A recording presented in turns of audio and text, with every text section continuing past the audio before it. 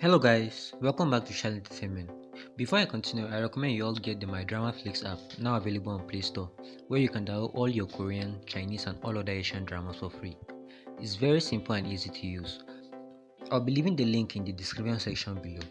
This is my third video recommending the best Korean action movies. If you haven't watched the part 1 and part 2, make sure to check them out too. So now starting off the list, coming at number 1, Yaksha, Ruthless Operations. Yaksha is an action and spy movie that aired in 2022. Nicknamed after a human devouring spirit, the ruthless leader of an overseas Black Ops team takes up a dangerous mission in a city riddled with spies. Kan-in leads a secret NIS operation team in Xi'an, China. He's a very cold-blooded man. He achieves his objectives by using any means necessary. Meanwhile, Jun is a prosecutor in the Seoul Central District Prosecutor's Office, a man who strictly follows the law no matter what. After he gets demoted to Xi'an, China, there, Jin-Hoon comes up against Kan-in as they work on a very dangerous mission. And coming at number 2, Pirates: The Lost Royal Treasure. The historical action and comedy film, aired in 2022, is a sequel to the first pirate movie, but the storylines are not connected in any way. The film is about the adventures of a crew of Joseon pirates, who team up with some bandits searching the ocean to find the lost treasure of the Goryeo royal family, which disappeared years ago without trace. Womunchi, who is now haunted by the government, was once a leader of a group of bandits, but he now stays on a pirate ship with his right-hand man, Kanso. Haerang, as played by Han Yeju on the other hand, is the leader of the pirates on the pirate ship. They find themselves up against Ba Hong-soo to recover the lost treasure. The movie is very funny and has amazing action cinematography. And coming at number 3, No Tears for the Dead. No Tears for the Dead revolves around a professional hitman who is conflicted about killing his last target. Abandoned by his mother shortly after immigrating to America, Gon is raised by the mafia and grows up to become a cold-blooded hitman. Though usually flawless in taking out his targets, Gon makes a terrible mistake of killing an innocent young girl. Swamped by feelings of regret, guilt and shame, Gon no longer wants to be a hitman, but his boss gives him one last mission in South Korea to assassinate a woman who recently lost her husband and daughter. But in bitter irony, that target is Mongyeon, the mother of the dead child he was responsible for in the past.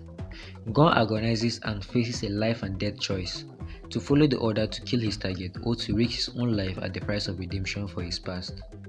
And coming at number 4, The Roundup. The Roundup aired in 2022 and is a sequel to the 2017 movie The Outlaws. It's an action crime thriller set 4 years after the sweeping operation in Garinbongdong, in which a tough detective and his team go to Vietnam to extradite a suspect. Soon after Detective Ma's arrival, he discovers additional murder cases and learns about Kang Hee-sung, a vicious killer who has been committing crimes against tourists for several years for money. In Vietnam, the duo fails to catch Kang Hee-sung, who kills the only son of a Korean business tycoon. They return to Korea in pursuit of the killer after he smuggles himself into the country.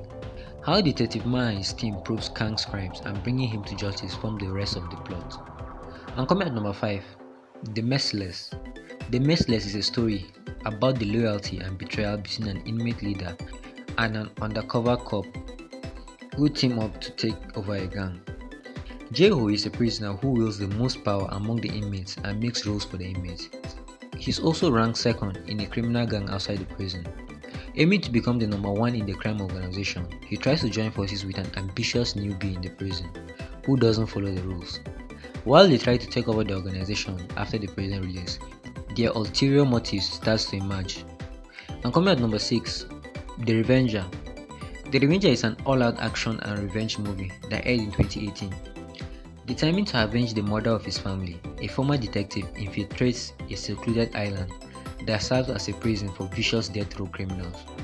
On the Sura Island, there are no laws, no reason, no constitution. It's a free-for-all survival. The utterly evil Carlos Kun dominates the island. In order to get revenge on Kun, Yu purposefully becomes a convicted felon to get on the island. Once on the island, he comes across Mali and Bao. Mali knows Yu's true identity, and after revealing it to everyone, Yu becomes a target to kill. With no place to hide, Yu puts his life on the line to get his vengeance. And coming at number 7, Escape from Mogadishu.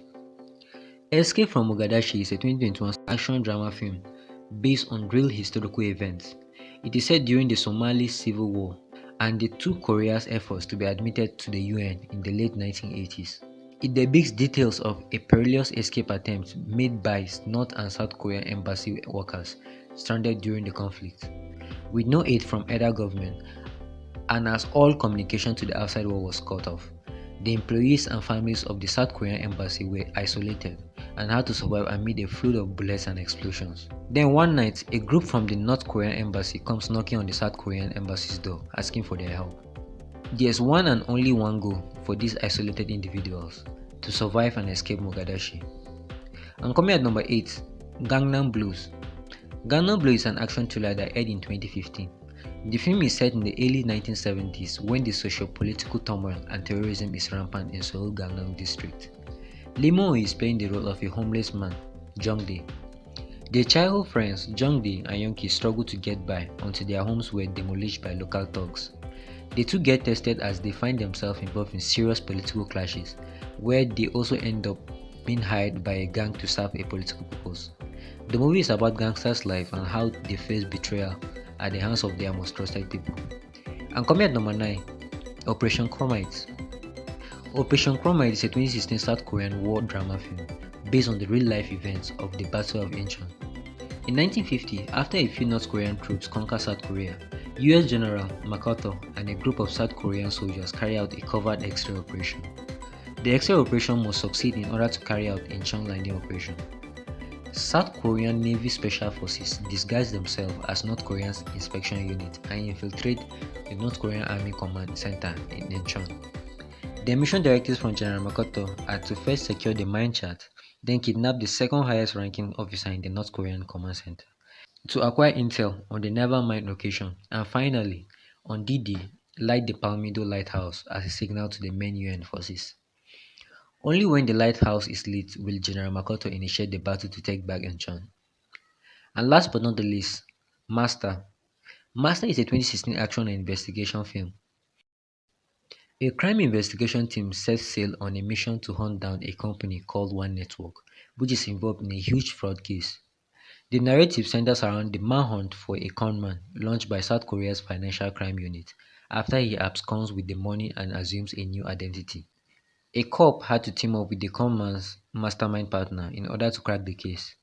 Kim Jae-myung is the leader of the intellectual crime investigation team.